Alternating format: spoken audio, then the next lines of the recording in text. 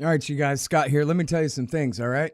If you want to get in line to get a copy of the audiobook, which will be out any week now, then anybody who donates $20 or more at scotthorton.org on a one-off donation will be on the list, and you'll be among the very first to get Fool's Errand in audiobook. It's me reading it and me editing it. That's why it's taken forever, but we're getting there. It'll be out in just a couple of weeks or so.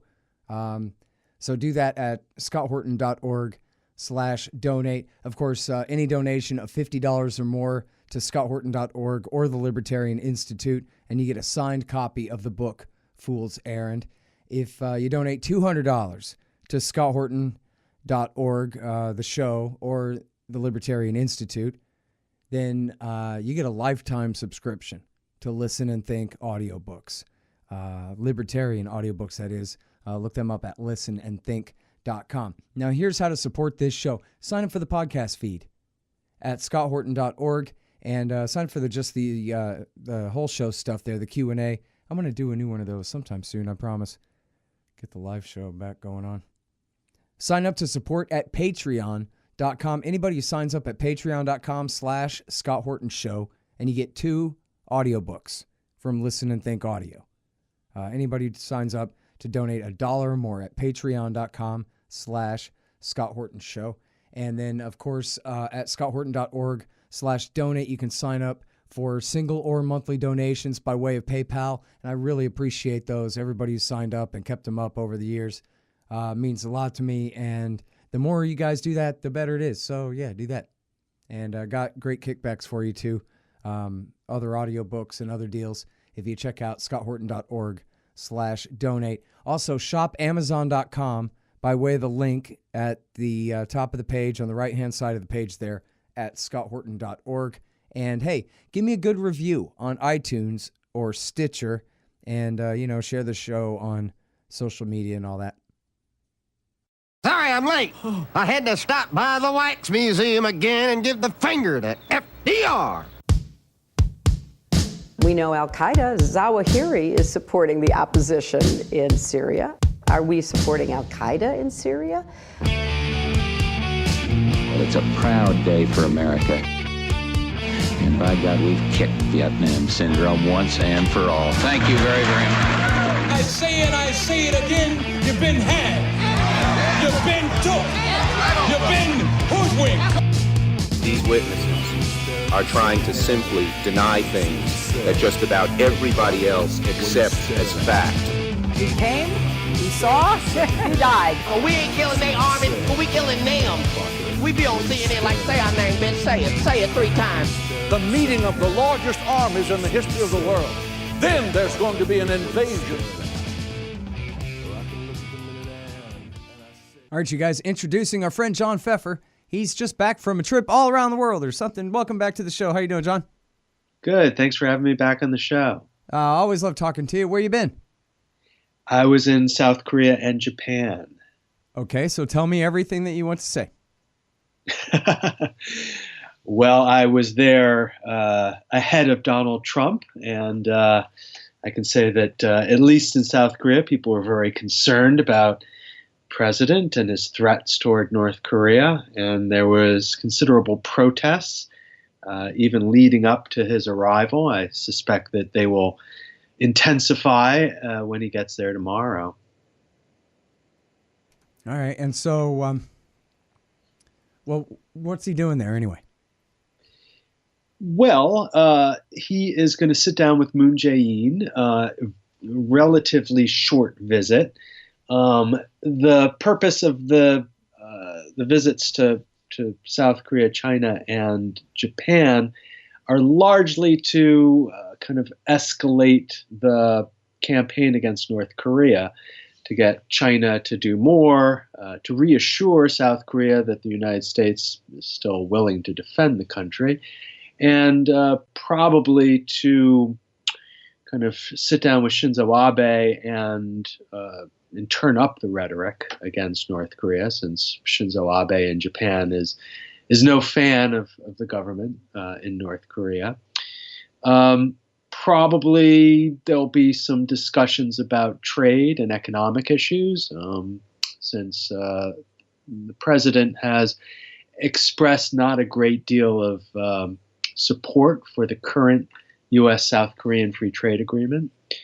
And of course, Trump pulled out of the Trans-Pacific Partnership, one of the first acts as president.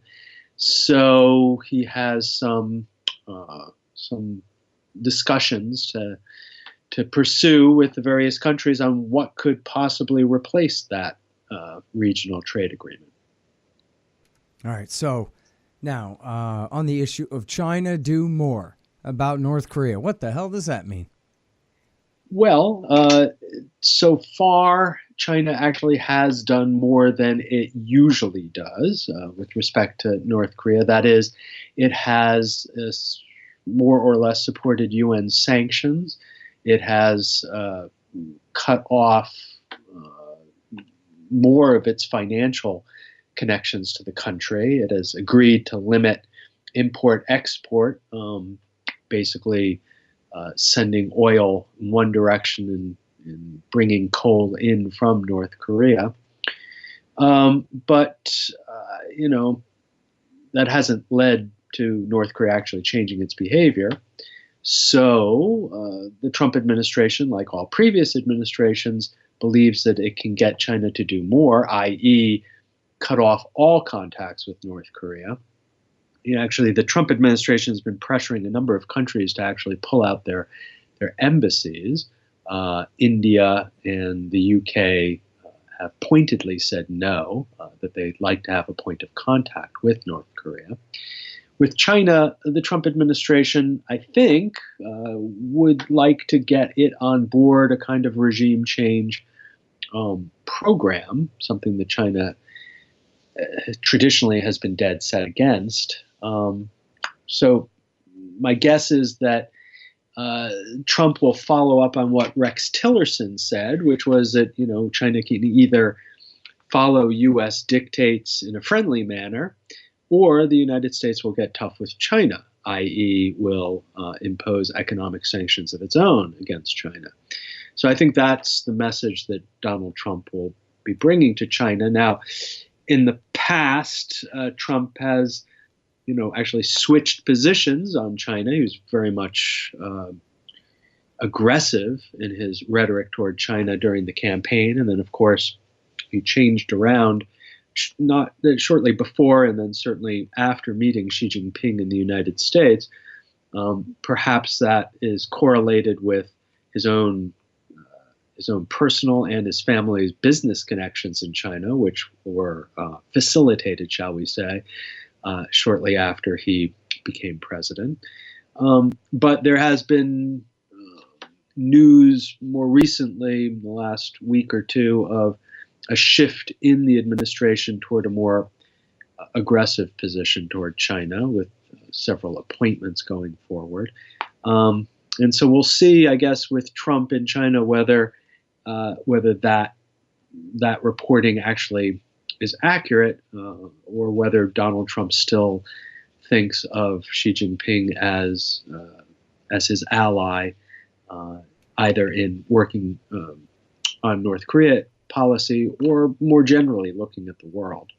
So now tell me more about Abe in Japan. And you say he's very hawkish on this, but that amounts to what? Support for anti-missile missiles? Well, yes. Japan has basically partnered with the United States on a program to have a regional missile defense system, something actually that South Korea announced last week that it would not participate in, thus paving the way for reconciliation between China and South Korea after South Korea had agreed to host THAAD, or Theater High Altitude Area Defense, a kind of more limited missile defense system in South Korea. Japan, however, is gone all out in support of missile defense. I mean, the problem traditionally has been that Japan's constitution has prevented it from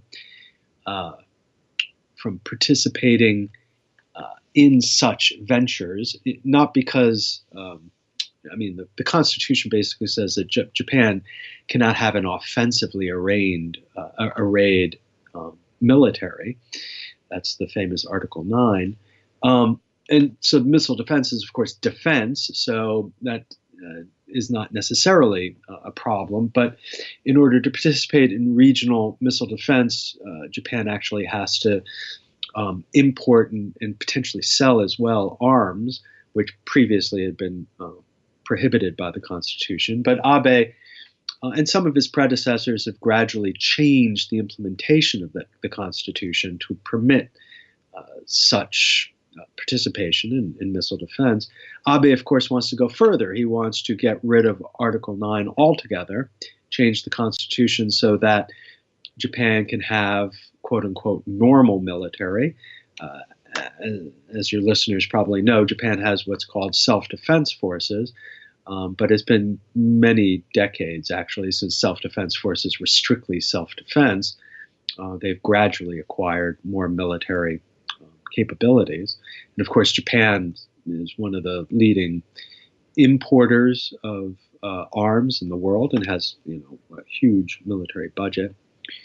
And Abe would like to improve on that. And there isn't much that Japan can do in terms of sanctions against North Korea that it hasn't already done. So it's more a question of increasing the rhetoric and also kind of throwing Japanese support behind Donald Trump as fully as possible. Yeah. I'm sure you saw, and you know what? I didn't hear the audio. He may have been joking, although the president's a pretty humorless dude, but it was reported by the media as just a straight statement that, hey, I really don't understand why you guys haven't shot down these previous missiles that the North Koreans have fired over Japan when you're a nation of samurai warriors. And I don't know if he thought they're going to use swords but they already have. I guess he's talking about the anti-missile missiles that America has already given them, right? Yeah. And of course, one of the concerns we have is that Donald Trump actually believes much more in the efficacy of missile defense than is warranted. In other words, it's one thing if we were simply kind of preparing for either missile launches or even possibly an attack. I mean, it's one thing to overestimate one's missile defenses, but the real concern is that Trump might think that the missile defense system is robust enough and accurate enough that he can launch a first strike against North Korea and then take out anything that North Korea might send up in retaliation. Mm-hmm. Therefore, it's possible that missile defense for Donald Trump provides a kind of false reassurance that might lead him to declare or to launch a first strike against North Korea. Well, it's too bad he doesn't read the papers, because there was one the other day about, I'm sorry, I actually didn't read the damn thing myself just because I already know it. So it was either the Secretary of Defense or the Chairman of the Joint Chiefs of Staff or one of these guys was saying, oh, yeah, no, in order to secure all of North Korea's nukes, it would take a full-scale land invasion and occupation of North Korea to get to them all. And then obviously that raises questions about how quickly you could get to them before they went off. Absolutely, yeah. Which North that was put out there to say we really don't want to do this. That wasn't saying like, yeah, give us your sons. That was saying here's why not to attack North Korea. Absolutely. I mean, that was at the request of Congress, and Congress, I think, is at least many in Congress are increasingly concerned about the possibility that Trump will do something precipitous, and so whether it's a ground invasion or a nuclear attack or even just a conventional attack. And Congress would be basically out of the loop. I mean, I think Bob Corker said, the senator from Tennessee, Republican, said that, Trump could make a decision in 15 or 20 minutes. And that would obviously cut Congress out of the loop. So Congress is trying to get back into the loop, not only by requesting information about about the sheer difficulty of taking out North Korea's nuclear capability, but also trying to, for instance, make it necessary for Trump to go to Congress before launching any nuclear strike. Yeah, I don't know. I really dislike this guy, but I guess I'm not buying that he's uniquely unstable or anything like that. I mean, you could argue, I guess I would argue that a lot of his policies are worse when he says, CIA and special ops and Rangers and whoever, everybody, the gloves are off when it comes to the terror war and your rules of engagement. Make up your own, see if I care, that kind of attitude. But that's not crazy. That's just being a jerk, right? I mean, so I wonder when James Mattis says to the president, yeah, no, I don't want to do this, and trust me, I'm Mad Dog Mattis and all of that, right? That Trump's not going to override that and say he wants to do it anyway and launch a first strike and all this, right? I don't think so. I would like to believe that. Usually I would have a really bad feeling about this if I really did have one, and I really don't. I'm thinking, seriously, under what circumstances is he going to really launch an in other words, to preempt what? A couple of more missile tests? It's not like North Korea is really going to do a first strike on American forces in the South or in Japan. So what's to preempt? And so he's going to start a war at the risk of all of this crisis and escalation, and maybe nukes used on both sides in order to accomplish nothing. And when it's obviously written that it could never work out, that no one could win a war against North Korea right now, that neither side would win. Mm-hmm. Well, yeah, I tend to agree with you. I hate to defend the guy. It's just everybody's so damn hysterical about him. It takes everything out of context, out of real context. You know what I mean? Yeah. And I tend to think of him in the same category as Kim Jong-un, to be honest with you. Both of them I think that's fair. I don't think he's crazy either. Yeah. I think both are unpredictable to a certain extent, but I don't think they're suicidal. The real question really is if one or the other is pushed up against the wall and feels that they don't have any other choice. For Kim Jong-un, that would mean that he really does expect the United States, whether it's he's right in his perception or not. He expects the United States to attack, and he has no other choice.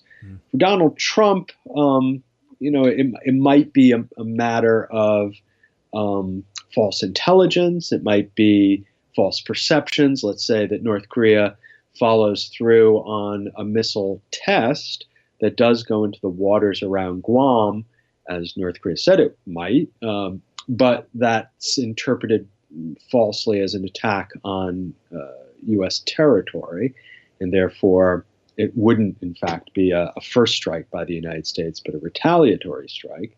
At least that's how Trump might see it. But again, I see those as largely being at the margins of policy. I don't see those as being kind of front and center in either Pyongyang or Washington. Yeah. Oh, good times. Happy to hear you say that. I know a lot of people are. Hey, listen. I forget if we talked about this. I don't mean to assume that you must have read this, but I think that maybe you did.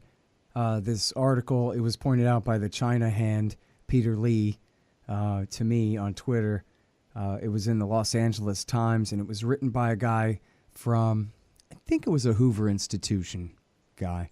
But it sure sounded like he was speaking for the consensus about what's really going on here. And it was one of those things where I was kind of surprised that it was written as frankly as it was. And what it really said was, and this is at the height of Trump saying, hellfire like no one's ever seen before, or whatever the exact quote was, and the height of the threats over the summer. And the guy says, well, we could make peace with North Korea. Come on, the outstanding issues are pretty obvious, and we could resolve that. But then we would lose our leverage over Japan and South Korea. We need them to be afraid of somebody so that we can be in the middle of protecting them from somebody all the time. And if that's not the situation, then they might declare independence and no longer be satellites of our empire. And God forbid, they might even spin off and get closer to China in whatever all exactly that means. And that is what is unacceptable. And that is why nuclear brinksmanship is acceptable as an alternative to making a final peace treaty for the end of the Korean War that ended in 1952. And to having, giving them a security guarantee or whatever it would take to normalize relations and work even toward reunification of the peninsula or whatever. Well, that's an interesting argument. I'm not sure I buy it entirely. I mean, for one thing, last week South Korea and China already made up over there had been a dispute for a year or more over the THAAD system, and China had launched a kind of soft boycott of economic boycott of South Korea. So the kind of increased rhetoric, the increased kind of war rhetoric toward North Korea had actually had the opposite effect for South Korea. Also, in terms of Donald Trump's campaign promises and some of the more extreme, shall we say, programs of the America Firsters would be to let South Korea and Japan go off more on their own, regardless of North Korea, simply because, for burden sharing reasons, they should spend more on their defense. And I would also argue that, it's not just the Trump administration, but going all the way back to the Clinton administration, the United States has been pushing Japan to be more independent in its military.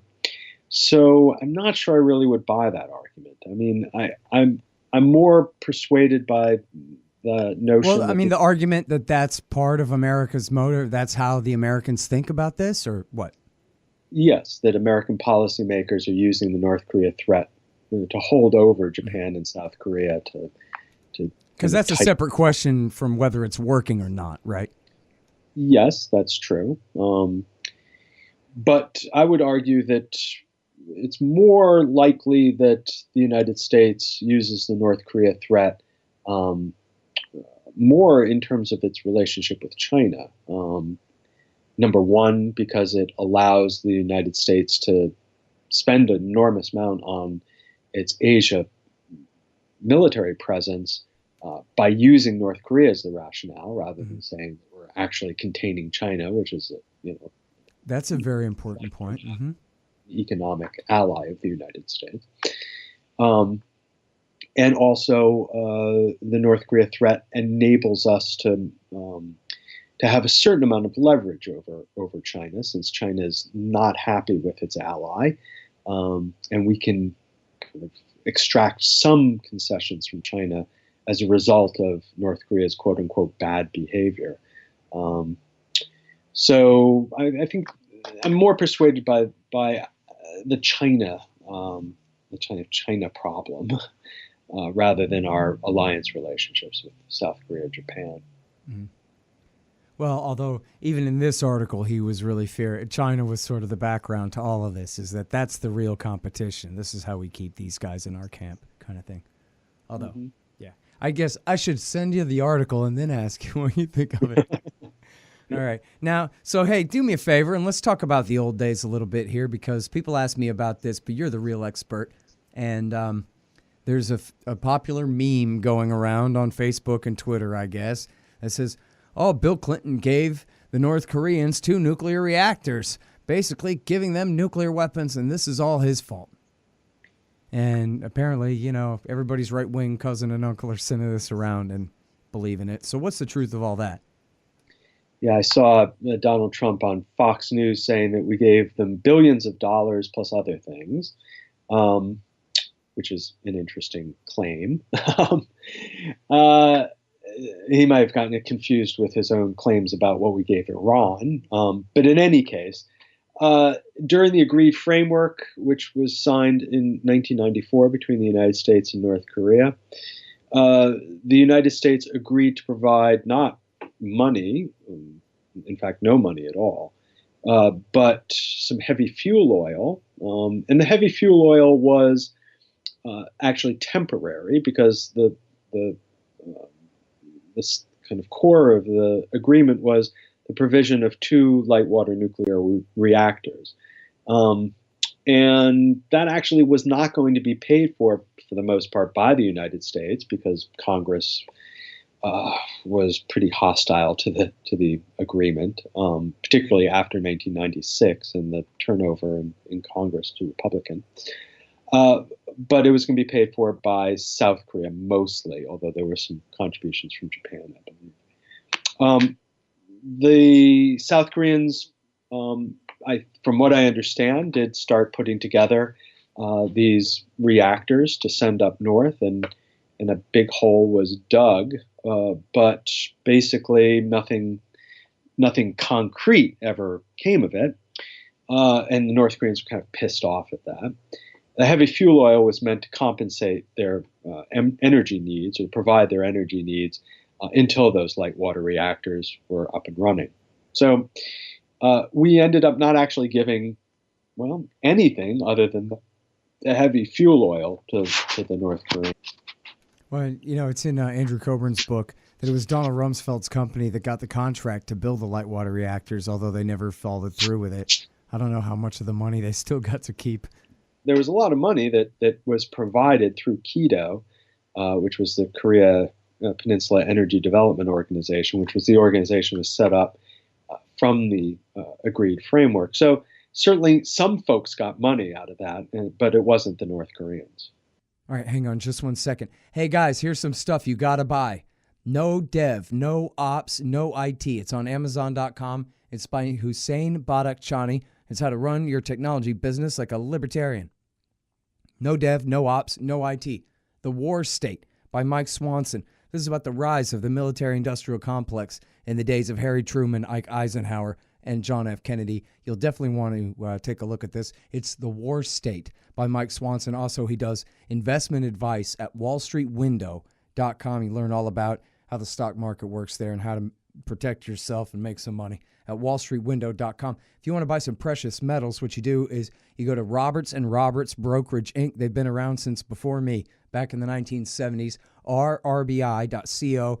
They charge a very minimum premium and extremely reliable, great business to set you up with gold, silver, platinum, palladium.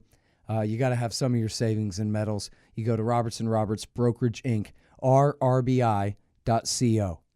Get your anti-government propaganda at libertystickers.com. I'm really excited to say that there's going to be a new website for Liberty Stickers. I got a buddy working on it right now. And we're cutting out all the chaff and keeping only the wheat. And hopefully I'll make some new ones, and we're going to get that thing going. libertystickers.com. Grand reopening coming soon there. Get your book edited by Ann at 3tediting.com.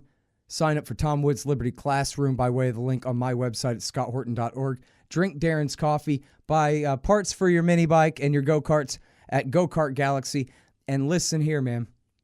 If you get your new website designed by expanddesigns.com, expanddesigns.com/Scott, you get $500 off.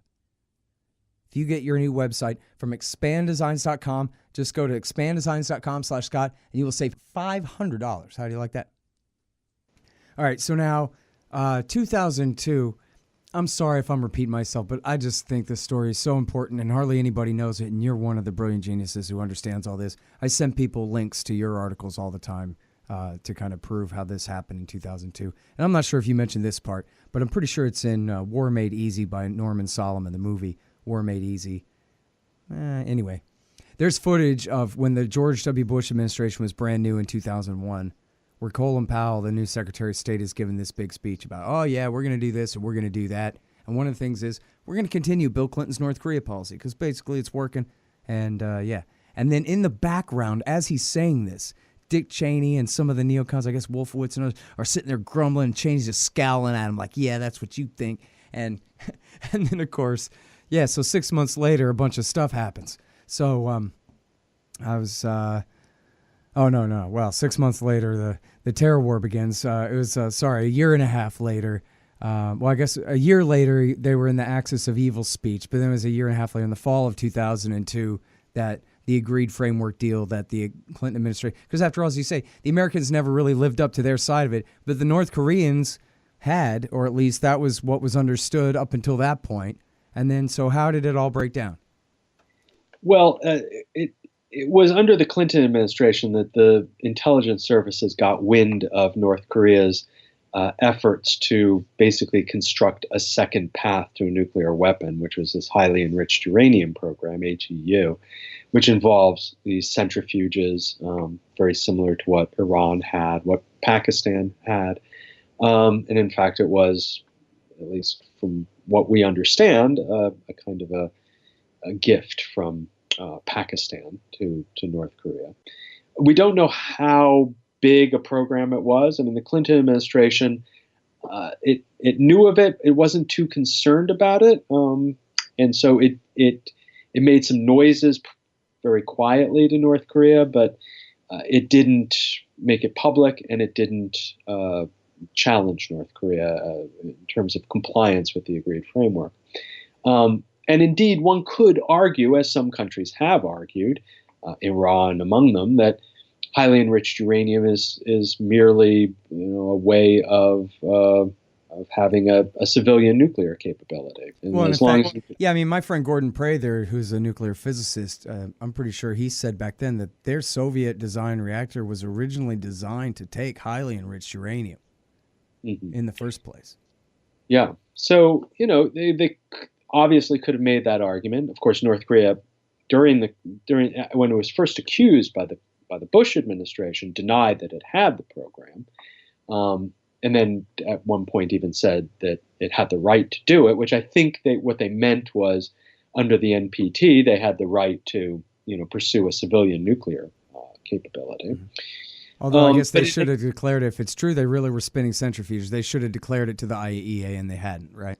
That's correct. But, again, it was a resolvable problem if the United States under the Bush administration was interested in resolving the problem. And as you point out, in fact, one more technical point there. I believe that Barbara Slavin lately, who she can be hawkish sometimes, but she's really smart about all this stuff. I saw her in a Twitter argument, I guess within the last year or so, pointing out that even if it was against the Safeguards Agreement, it wasn't against the agreed framework that they had this separate uranium enrichment program. That hadn't been part of the deal. I believe that's true. I mean, because it's, it was focused entirely on the plutonium facilities. But, again, it's you could say it was a function of bad faith. I mean, in the same way that the United States was not building the reactors, it could simply say, look, we haven't violated the agreed framework. We just haven't finished them yet. Or the delays in the heavy fuel oil shipments. We haven't, stopped them. We just have been delayed in them. But North Korea is pissed off at both of those anyway. So you had bad blood on both sides, even if, technically speaking, neither side violated the letter of the agreement. The Bush administration was obviously looking for a reason to deep six the agreed framework, and this was the most convenient way. That isn't to say that there weren't people within the administration, like Colin Powell, who thought the agreement was good, in the same way that you could say that there are people within the Trump administration that think that the current nuclear agreement with Iran is a good agreement. But as with this Iran agreement, there were those in the Bush administration who were desperate to get rid of the agreed framework. And you would have thought after the attacks of September 11th that they might, the Bush administration might have changed its mind, because of course North Korea was vehement in its denunciation of Al Qaeda. And North Korea as a state, has traditionally been as concerned about non-state actors like Al Qaeda as the United States. And this was an opportunity, perhaps, for the United States and North Korea to find common cause, just as the United States and China actually established a number of different agreements after 9/11 on intelligence sharing. But that wasn't the case. And as you point out in the State of the Union address, which was January 2002, George Bush includes North Korea in the axis of evil, which might have been inadvertent. I mean, it might have been something that Dick Cheney wanted to include, but that others in the administration simply included so as to prove that the axis of evil was not targeting Muslim countries. I can't find it anymore, but I remember reading that, and it was I'm almost positive it was in Slate or something, that was credible reporting at the time about this, because David Frum's wife had sent out an email, "Ooh, my husband wrote the line Axis of Evil. I'm so proud of him," right? And so this became a news story. And then I'm almost certain of this, that it was part of this story was that Richard Pearl had given him the line, and that originally the line was Iraq, Iran, and Syria. But then at that point, it was just way too obvious that this is about Israel. And so we better throw in North Korea, like you're saying, sort of, just to confuse the issue. But then even think about that on the face of it. Talk about confusing the issue. There's an axis between Osama and Saddam and the Ayatollah and Kim Jong-il. And people bought that. Made no sense whatsoever. And, it would be easy to dismiss that as, just a ridiculous formulation. But unfortunately, North Korea took it quite seriously and really saw it as kind of the next step toward, regime change coming from Washington. And, the fact that Dick Cheney would say things like, it's we don't negotiate with evil, we defeat evil, with direct reference to North Korea, only accentuated North Korea's fears. So now, again, that didn't prevent the United States and North Korea from later on in the Bush administration from sitting down and actually hammering out implementable agreements. But so hang on one second with that, because I want to get back to Christopher Hill and the negotiations in a second. But just so we can nail down here in 2002, the fall of 2002, with first of all the Axis of Evil in January, and then with the accusations about the uranium program, and then there were a couple other things. Correct me if I'm wrong. It was new sanctions. Well, first of all, because of the accusations over the uranium program, the Bush administration announced that they were abandoning the agreed framework. The deal was off officially at that point. And then they added new sanctions, and they created the Proliferation Security Initiative, which was their claim of the right to start seizing boats on the high seas, and then, outside of whatever previous treaties and so forth.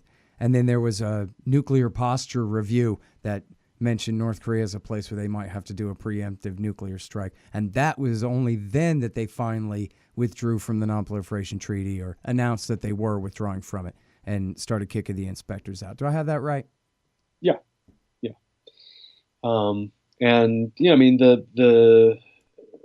PSI, the Proliferation Security Initiative, was even more aggressive in its first iteration. I mean, it wasn't just seizing boats. They had planned to seize airplanes as well, which of course would mean forcing planes down. And once that was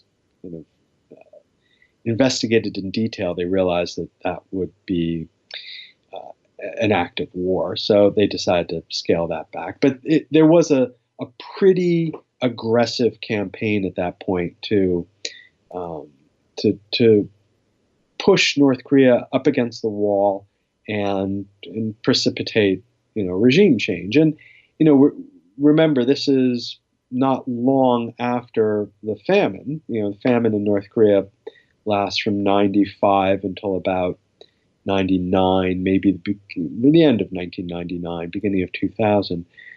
So there's this perception that the country is weak, that Kim Jong-il has only recently came out of the mourning period after the death of his father in 1994, that he's inexperienced, that the military, the North Korean military, has obviously fallen into great disarray because of limited access to energy resources, and then the collapse of the industry in North Korea has made it virtually impossible for North Korea to keep up in even the remotest sense with South Korea military capabilities. So all of these things combine to kind of create a new calculus within the Bush administration that regime change is possible, and all it needs is some turning of the screws.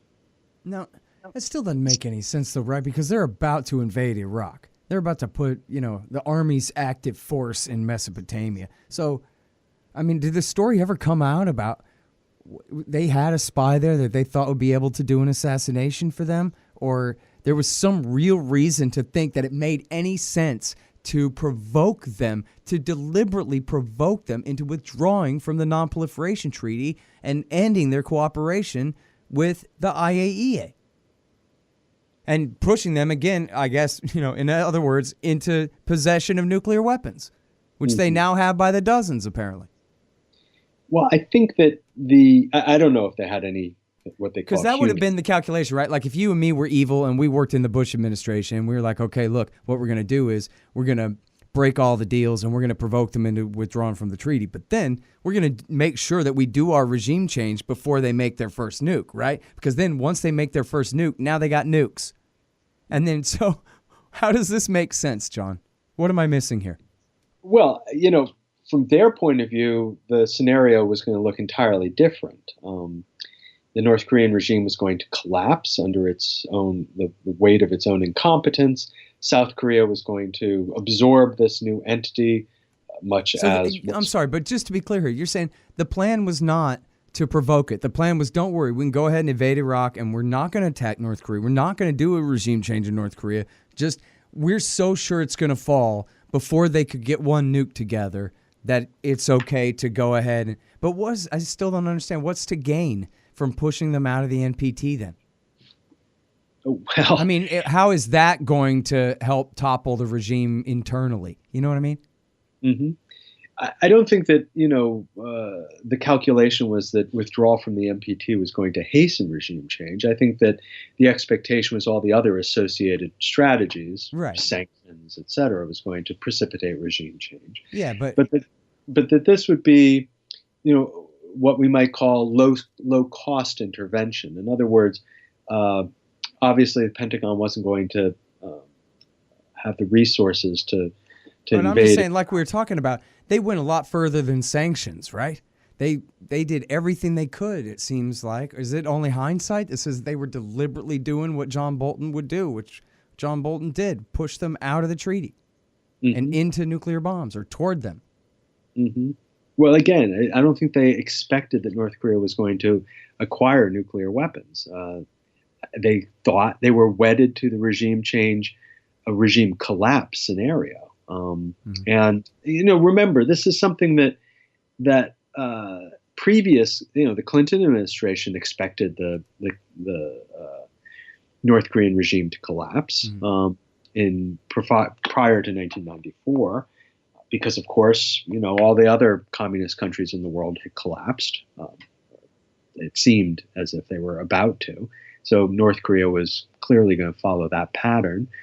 And, after the famine, after the collapse of North Korea's industry, the Bush administration also came into office thinking that regime collapse was a distinct possibility. All it needed was a little push. So I don't think that there was any expectation that North Korea would acquire nuclear weapons, become a kind of rogue/renegade state again, and that the United States would have to confront it at some point militarily. I really think that the expectation at that point was regime collapse. Remember, there was a Donald Rumsfeld memo around that time that he circulated internally, but then it was leaked. It wasn't intended for public consumption, but it talked about the United States and China basically partnering on a regime change strategy for North Korea. And this was an entirely fantastical idea, the notion at that time that China would partner with the United States against its own putative ally. But nonetheless, that was the thinking. That was the strategic thinking. It just required a little bit of a push, and whether it was sanctions or it was the assistance of China, this was going to happen. All right, now, so the Christopher Hill thing, I remember at the time talking with Ray McGovern about this and about the timing. I guess this was the New York Times version of the story, or wherever it was, New York Times or Post, that Christopher Hill, the ambassador to North Korea, or whatever the hell he was, you tell me, that he convinced Bush Jr. on a Friday afternoon when Dick Cheney was out of town and it was 5 o'clock quitting time Fred Flintstone whistle blowing. And he said, by the way, Mr. President, is it okay if I go strike up a deal? And Bush was like, yeah, why not? And that was how, but he made major gains there for a minute, right? That's correct. And I don't know if that particular story is correct. I mean, I've read other accounts that suggest that Christopher Hill first had to convince Condoleezza Rice. Right. Yeah. No, that was the part that the two of them cornered him on a Friday, I guess. Anyway. And another kind of key player in this was Victor Cha, and that's important because Cha is currently slated to become the U.S. ambassador to South Korea. But at the time, he was a member of the National Security Council and had been pretty hawkish on North Korea, but I think had, during his tenure, altered his position somewhat. I think he's once again altered his position, but that's another story. And so Victor Cha also was kind of supportive of some form of engagement with North Korea. The challenge, of course, was that, the North Korea wanted bilateral discussions with the United States, and basically Bush had ruled that out and needed some kind of multilateral cover for this. And so that's why they came up with the six-party talks, and that at least would get smuggle Japan and South Korea into the discussions, and North Korea would have its putative allies, Russia and China, on board as well. But in order to get any agreement at the six-party talks, there had to be kind of preliminary bilateral discussions that took place secretly between the United States and North Korea. And yeah, I mean, they were able to basically get North Korea to agree to start unraveling its plutonium facilities. And North Korea also maintained a moratorium on missile testing. So there were some real concrete steps forward. And that came up against a couple of problems eventually. Eventually North Korea started again with missile testing, in part because it was frustrated at the pace of the six-party talks. Also, in part because there was a separate initiative coming out of basically the Commerce Department to go after financing of North Korea through something called Banco Delta Asia, which was a bank in Macau that was funneling mostly Chinese money into North Korea. And so an effort to kind of freeze the assets of that bank, North Korea was not happy about that. And so there were a number of reasons why coming toward the end of the Bush administration, things were somewhat deteriorating in the relationship. And yet still, when Obama came into office, there still was an opportunity to kind of build on the successes of the six-party talks.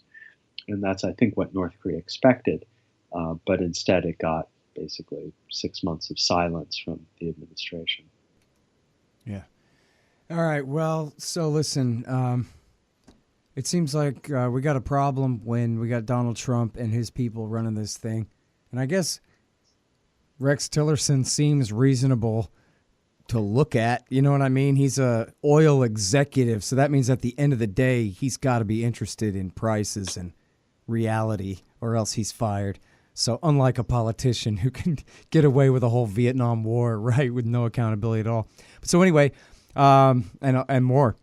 But anyway, so this guy Tillerson's over there, and Donald Trump's telling him, "Don't waste your time, pal," to the Secretary of State. So I don't know. Just what's your best guess about what path we're on now, how this is going to shake out in the near term anyway? Well, I mean, even though Trump has said, that the policies of the past have failed, and by which he means engagement policies of the past, he still has said, "Look, I sit down with anybody." So he continues to hold out the possibility of direct negotiations with Kim Jong-un, which I think is great. That is probably the best scenario.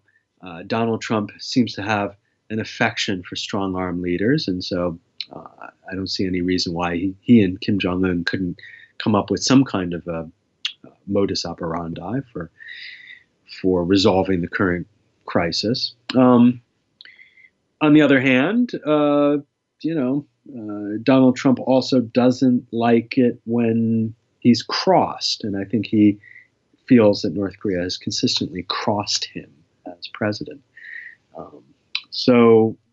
That's a good way to put it, really. To make it that personal, because it is with him.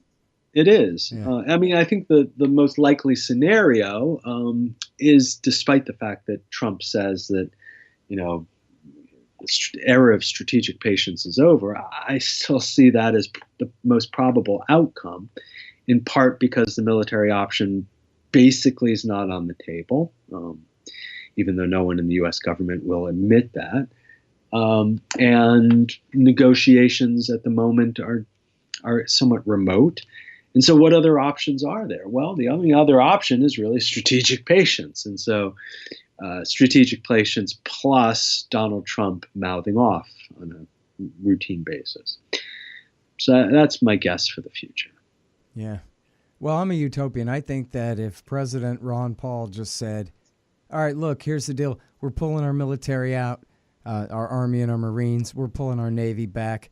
We're no longer doing these training exercises where we practice invading your country twice a year. And in fact, here's a security guarantee like Kennedy gave the Cubans. America will not attack North Korea. And by the way, we're lifting all our sanctions and opening up trade and whatever. We're sending Dennis Rodman and the Harlem Globetrotters and whoever else we can get to go over there and have fun. We'll send Madeleine Albright and the symphony orchestra or whatever we got to do, man, to get along. That would work if people just, listen to me, but they don't. Do you think I'm crazy? No, although I would point out that the United States making a security guarantee to North Korea, well, I don't think the folks in Pyongyang would take that very seriously, not because, they wouldn't trust the particular president who is offering it. And that just means a promise not to attack everybody who's not familiar with the term, right? Mm-hmm.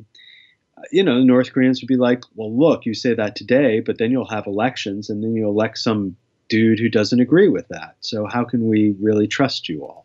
Well, that's the whole thing. You'd have to do it right now. Then we could have 8 years of peace and prosperity and growing and opening ties. It'll be just like when Nixon went and shook hands with Mao Zedong, and it's already a done deal by the time Jimmy Carter comes. What's he going to do, undo that?